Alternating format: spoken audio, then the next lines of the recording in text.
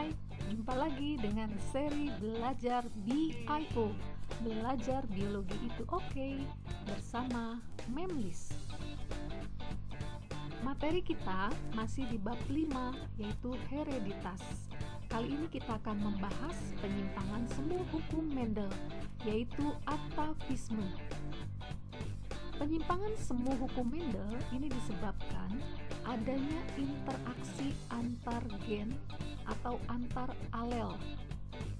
Penyimpangan ini merupakan bentuk persilangan yang menghasilkan rasio individu yang berbeda dengan dasar rasio menurut hukum Mendel. Meskipun prinsip-prinsip penyilangannya masih mengikuti aturan hukum Mendel. Ada 5 peristiwa dari penyimpangan semu hukum Mendel. Yang pertama, atavisme. Yang kedua, kriptomeri. Yang ketiga, epistasis hipostasis. Yang keempat, gen komplementer.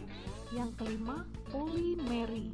Kali ini kita bahas yang atavisme dulu. Yuk simak. Atavisme ini adalah peristiwa yang terjadi akibat interaksi dari beberapa gen yang mengakibatkan munculnya sifat yang berbeda dengan karakter induknya. Jadi munculnya fenotip yang berbeda ini akibat interaksi dari alel, antar alel. Contohnya, ini sifat genetis pada pial atau jengger ayam. Ada 4 jenis nih pial ayam. Ada bentuk rose atau gerigi, bentuk pea atau biji, bentuk walnut atau sumpal, dan bentuk single atau bilah. Rose dengan genotip R besar titik P kecil P kecil, pea genotipnya R kecil P besar titik, walnut genotipnya adalah R besar titik P besar titik, sedangkan single R kecil P kecil P kecil.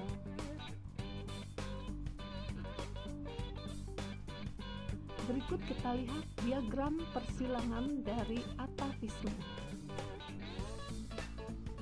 Di sini induk yang kita silangkan adalah ayam yang bergenotip R besar P kecil dengan ayam dengan induk R kecil P besar. Genotipnya induk rose disilangkan dengan induk pea. Gamet yang dihasilkan adalah R besar P kecil dan R kecil P besar. Sehingga F1 yang kita dapatkan adalah R besar R kecil P besar P kecil. Ini adalah fenotip dari walnut, 100% walnut. Nah, di sini kita lihat muncul sifat baru yang tidak sama dengan kedua induknya. Nah, untuk mendapatkan F2, kita akan silangkan F1 dengan sesamanya. R besar R kecil P besar P kecil dengan R besar R kecil P besar P kecil. Walnut dengan walnut. Akan didapat 4 macam jenis gamet, yaitu R besar P besar, R besar P kecil, R kecil P besar, dan R kecil P kecil. Masing-masing gamet dari jantan dan betina kita masukkan ke diagram papan catur.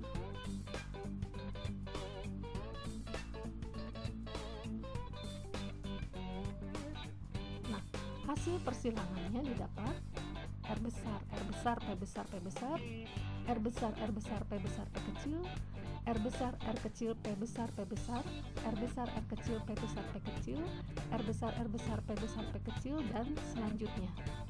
Mudah ya diikuti.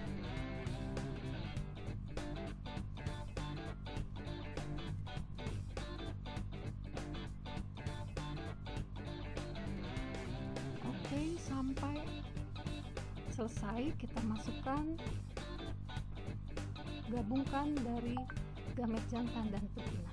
Hasilnya dari F2 ini adalah walnut, walnut, walnut, walnut, walnut, rose, walnut, rose, walnut, walnut, pea, walnut, rose, pea, dan single. Maka rasio fenotip F2 yang didapat adalah walnut banding rose banding pea banding single sama dengan 9:3 banding 3 banding 1. Nah, di sini kita lihat penyimpangan yang terjadi pada atavisme bukan mengenai rasio fenotip F2, melainkan muncul sifat baru pada pial ayam, yaitu walnut dan single. Tipe walnut ini hasil interaksi dari dua gen dominan yang berdiri sendiri. Tipe single hasil interaksi dua gen yang resesif. Kita lihat contoh soal.